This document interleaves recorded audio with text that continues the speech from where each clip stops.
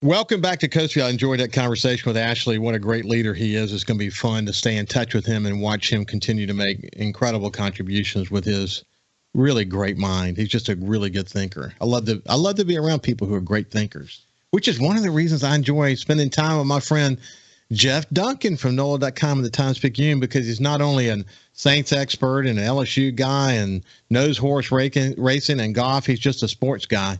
But he's just a smart guy. I mean, after Hurricane Katrina, he was a journalist. Everybody was a journalist after Hurricane Katrina, but he's got a lot of accolades, and I'm lucky to call him a friend. I'm lucky to have the opportunity to visit with him every Friday here on Coast Vue. How you doing, my friend? Wow, after that introduction, I'm doing pretty good. Thanks. Well, it happens to be true, doesn't it? I mean, come on now.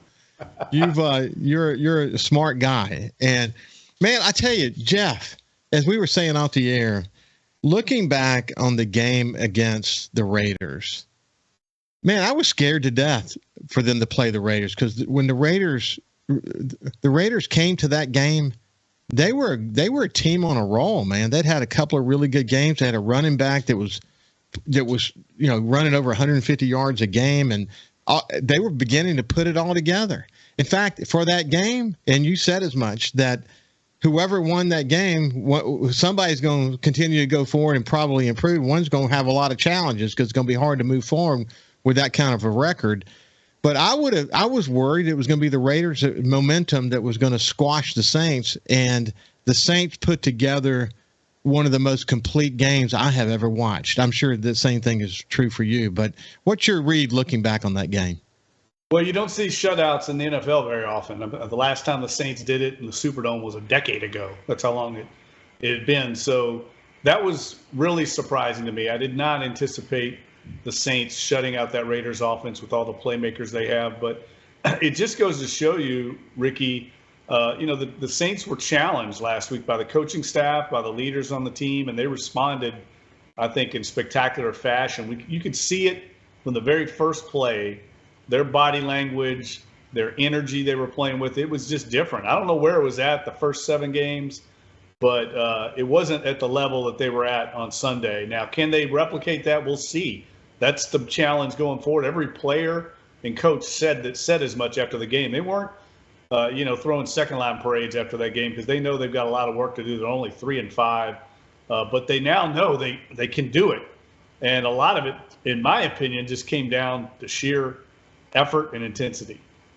Sheer effort and intensity. And, of course, you and I, every single week, we've been saying, even before the season started, that the difference in winning and losing will be the play of the defensive line. And we've been disappointed. We talked in great detail last week about how disappointed we were, you especially, because you know all the dynamics of that. But, man, was it great to see a push and pressure and sacks and once you got a defensive line playing the way they played last week, then it helps everybody else. Kind of break it all down. What did you observe? Well, that's what we thought we would see from day one. We just haven't really seen that. Everything with the Saints defense starts with their line. They shut down the run. Josh Jacobs, as you mentioned, came in. I think he was averaging 150 yards a game 3 games before that. And they completely took the running game away. And once they did that, they could pin their ears back and come after Derek Carr. I mean, he's a good quarterback, but he's not the most mobile guy. And certainly they kind of moved him around in the pocket. Even when they didn't sack him, they were forcing him to move and throw on the run. And that's just something he's not very comfortable doing. I just thought they affected him a lot. And it created some plays. I'll give you a good example. First series, they have a chance for a big play down the sideline, but he had to move off his mark a little bit. He overthrows. It could have been a 30-yard gain. Then they had another big play, you'll remember, down the sideline to Devontae Adams that just went out of bounds. I think his toe just touched out of bounds. Could have been a 30, 40-yard gain. That's because he was harassed a little bit in the pocket, and it affected his throw, and it took the ball just out of bounds. Those are the kind of plays that the Saints defensive line has been getting over the years, and they have not been getting them this year. Affecting the quarterback. It doesn't go down as a sack, but it's a play where the defensive line affected the passing game, and it doesn't take much at this level to be a difference between a 40-yard completion and an incompletion. And those the Saints all got in their favor this past week, and it it led to a goose egg. The other thing that was notable, gosh, there's so much notable. I mean, we could literally take it down every single player because there was something notable about every player. But first, as it relates to cornerbacks, you got Reggie Roby out, maybe for the season. And then you've got Marshawn Lattimore, hopefully will be back soon. But, man, the cornerback play stepped up, man. It was great to see young players make a name for themselves. Yeah, Alontae Taylor, the rookie out of Tennessee, played fearlessly on the perimeter. A lot of times was matched up with Davante Adams, did not back down. And that's what you want to see in a corner. And I know the Saints challenged them as well this week. The coaching staff challenged those corners, Paulson Adebo and Alontae Taylor. And that should give everyone confidence that when Marshawn Lattimore does get back on the field, I don't know if it's going to be this week or not, but that they can hold up on the perimeter. Because the Raiders, say what you will, but they've got great receivers in Hunter Renfrow and Davante Adams, and they got shut down in that game. And a lot of it had to do with the pass rush as well. It goes hand in hand, Ricky. The pressure and the back end both have to work together. Well, as you described last week, and these are my words, I'm just paraphrasing what you said, that when you have poor play of the defensive line, there's a domino effect. So when you have poor play of the defensive line, then the linebackers can't play like they normally do. They're having to back them up. And then when that happens, then your safeties can't do what they need to do. Maybe one of the reasons why we haven't heard Tyrann Mathieu's name as much lately. But in that game last week, you got to see a pushing, sort of dominant defensive line. You got to see linebackers flying all over the field. My God, some of the play that they're making, the tackles they're making are incredible.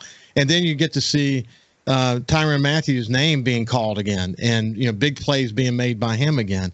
I mean, it's all related, isn't it? Yeah, I mean, the defensive line is what sets the tone in the running game.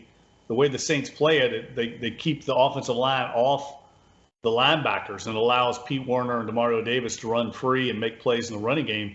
And if they're not free and offensive linemen are getting on them, it can lead to some leaky yardage in the running game. That's been happening a lot this season. Didn't happen against the Raiders at all. That's where it starts now. They got a huge challenge this week. The Ravens, Lamar Jackson, they're one of the best running teams in the league. They're going to challenge the Saints, I think, much more than they were challenged against the Raiders. And look, sometimes I don't want to take anything away from the Saints, but I was mentioning it to you before we went on the air. Sometimes the other team just lays an egg, and I feel like the Raiders just, for whatever reason, didn't show up in that game. And sometimes we've seen the Saints do that in games. I just felt like the Raiders, for whatever reason, weren't there. I think you'll see a different Raiders team this week. They play down in Jacksonville. I think they'll be challenged the way the Saints were challenged, and I think they'll give a much better account of themselves because they just didn't show up on Sunday. Pete Werner, my goodness, is he a tackler? I mean, what an addition he's been to the linebacker core. Yeah, you see why they let Quan Alexander walk in free agency. I mean, Pete Werner's having an outstanding season and looks like a future leader of this defense. The kind of guy that now, if Demario Davis moves on in a couple of years, you feel good about Pete Werner stepping into that void. And look, they've got some good young defensive players. I mean, part of the, I guess, silver lining to this slow start has been some guys like Pete Werner and you mentioned Alontae Taylor, some of the young players on the team getting into larger roles and taking advantage of those opportunities that give you a little better hope for the future here with this team. Yeah, one other comment, and we'll finish up the defense, and then we'll come back on the other side. We'll talk about the offense. But you saw David Onyemata getting some good push in the middle. You saw Davenport's name called. I don't know if the whole year we haven't heard his name called the way we heard it called this week. Again, they were all spirited, but Davenport in particular seemed to have a really good game. Is that what you saw when you studied the film? Oh, yeah, definitely. I mean, they have to double team him usually or else he's going to eat up single blocks. And I thought he had the biggest defensive play of the game early on when he stopped Davante Adams on that jet sweep. I mean, the Raiders were down 7-0. They had 3rd and 1, really less than 1 yard. I don't know about that play call, a jet sweep on 3rd and 1 to Davante Adams. That just seemed strange to me. But Marcus Davenport blew up his block, dropped him for a loss. The next play, the Raiders for whatever reason, try a fake punt. The Saints were clearly ready for it.